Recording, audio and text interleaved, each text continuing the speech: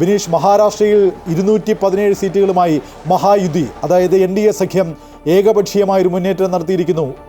ഒരുപക്ഷെ exit poll ഫലങ്ങളെ പോലും കടത്തിവെട്ടുന്ന രീതിയിൽ, അമ്പരപ്പിക്കുന്ന രീതിയിലുള്ളൊരു മുന്നേറ്റം NDA സഖ്യത്തിൻ്റെ ഭാഗത്തു നിന്നുണ്ടായിരിക്കുന്നു മഹാരാഷ്ട്രയിൽ. തീർച്ചയായിട്ടും BJP സഖ്യം പ്രതീക്ഷിച്ചതിനപ്പുറത്തേക്ക് മഹാരാഷ്ട്രയിൽ ഫലം അവർക്ക് അനുകൂലമായിരിക്കുന്നു. 75% സീറ്റുകളിൽ വിജയിച്ചുകൊണ്ടാണ് ഇപ്പോൾ മഹാരാഷ്ട്രയുടെ ഭരണം തുടർച്ചയ്ക്ക് BJP സഖ്യം വരുന്നത്.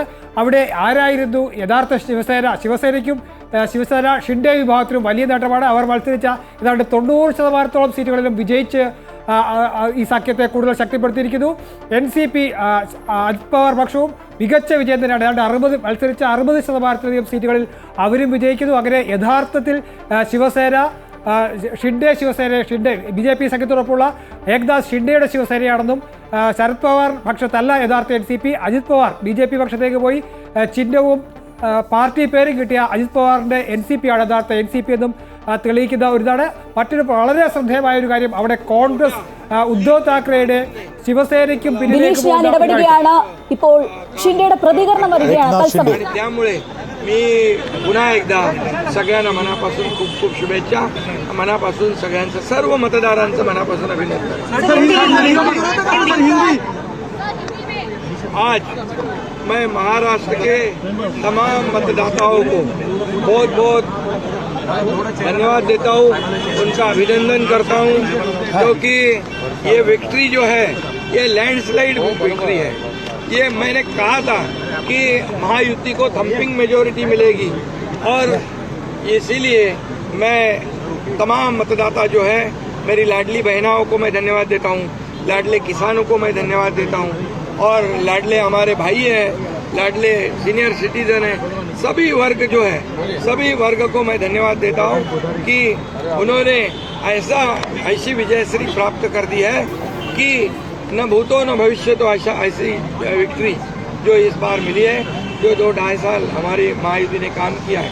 ये महायुति ने जो काम किया है, ജയിച്ച അല്ലെങ്കിൽ ജയമുറപ്പിച്ച മഹാരാഷ്ട്ര മുഖ്യമന്ത്രി ഏക്നാഥ് ഷിൻഡെയുടെ പ്രതികരണമാണ് നമ്മൾ കണ്ടത്.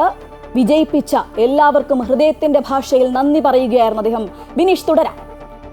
ശ്രീജ, വളരെ ശക്തമായൊരു മത്സരം. നമുക്കറിയാം, കോൺഗ്രസ് നേതൃത്വം നൽകുന്ന മുന്നണിക്ക് അവിടെ കോൺഗ്രസിനെ വലിയ രണ്ടാം സ്ഥാനത്തേക്ക് അല്ലെങ്കിൽ മൂന്നാം സ്ഥാനത്തേക്ക് പിന്തള്ളി പോകുന്ന ഒരു സാഹചര്യമുണ്ട്.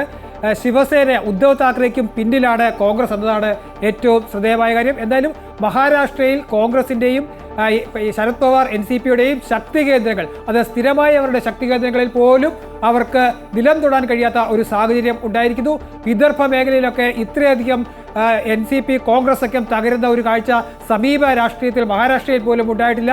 പടിഞ്ഞാറൻ മഹാരാഷ്ട്രയിൽ പഞ്ചസാര ഫാക്ടറികളുടെ സ്ഥലമാണ്. ശരത് പവാറിന് വലിയ ആധിപത്യമുള്ള, വലിയ സ്വാധീനമുള്ള മേഖലയാണ്. അവിടെയും NCPക്കോ കോൺഗ്രസിനോ നിലം തൊടാൻ കഴിയുന്നില്ല. അങ്ങനെ അവർക്ക് എന്തെങ്കിലും സാധ്യതയുണ്ടായിരുന്ന, ഇതേവരെ മേൽക്കൈയുണ്ടായിരുന്ന 2 മേഖലകളിലും തകർന്നടിയുന്ന ഒരു കാഴ്ചയാണ്. അവിടെയെല്ലാം വലിയ തരത്തിൽ BJP മുന്നോട്ട് വന്നിരിക്കുന്നു. നമുക്കറിയാം, മഹാരാഷ്ട്രയിലെ ഈ വിദർഭ മേഖലയിൽ കഴിഞ്ഞ ഒക്ടോബർ ഉണ്ടായിരുന്ന പ്രളയത്തിൽ കാർഷിക മേഖല സർവവും നശിച്ചപ്പോൾ അവിടേക്ക് പറന്നിറങ്ങിയ പ്രധാനമന്ത്രി. ബിനീഷ്, അതിനേക്കാളൊക്കെ വലുതായിരുന്നില്ലേ ഷിൻഡെ ഇറക്കിയ വികസന കാർഡ്? ഒരു ജനപ്രിയ നേതാവ് അല്ലെങ്കിൽ ജനപ്രിയ മുഖ്യമന്ത്രി എന്ന തരത്തിൽ അദ്ദേഹം ഉയർത്തിക്കൊണ്ടുവന്ന പദ്ധതികൾ, അതൊക്കെ തന്നെയല്ലേ വിജയം കണ്ടത് ഉറപ്പായി? തീർച്ചയായിട്ടും ഷിൻഡെ മഹാരാഷ്ട്രയുടെ മുഖ്യമന്ത്രിയായത് മുതൽ തന്നെ അടുത്ത തവണത്തെ ലക്ഷ്യം വെച്ചുകൊണ്ടുള്ള, അതായത് ഈ നിയമസഭാ തെരഞ്ഞെടുപ്പിൽ തന്നെയായിരുന്നു അവരുടെ മുന്നിലുണ്ടായിരുന്ന ലക്ഷ്യം. ശിവസേനയെ ശക്തമാക്കി BJP പക്ഷത്ത് നിർത്തുന്നതിനോടൊപ്പം തന്നെ മഹാരാഷ്ട്രയുടെ സമഗ്ര വികസനം തന്നെ അവർ ലക്ഷ്യമിട്ടിരുന്നു. വികസനം മാത്രമല്ല, ഓരോരുത്തരെയും കരുതുന്ന ഒരു സാഹചര്യം തന്നെയാണ് ഉണ്ടായിരുന്നത്. നമുക്കറിയാം, ലാഡ്ലി ബഹൻ പോലുള്ള പദ്ധതികൾ നടപ്പിലാക്കിക്കൊണ്ട് മുഴുവൻ സ്ത്രീകളെയും ഒപ്പം നിർത്തുവാനായി ഷിൻഡെയ്ക്ക് കഴിഞ്ഞിരിക്കുന്നു. ഒപ്പം തന്നെ ഈ നിയമസഭാ തെരഞ്ഞെടുപ്പിൽ മറ്റൊരു വാഗ്ദാനം നൽകിയിരുന്നു.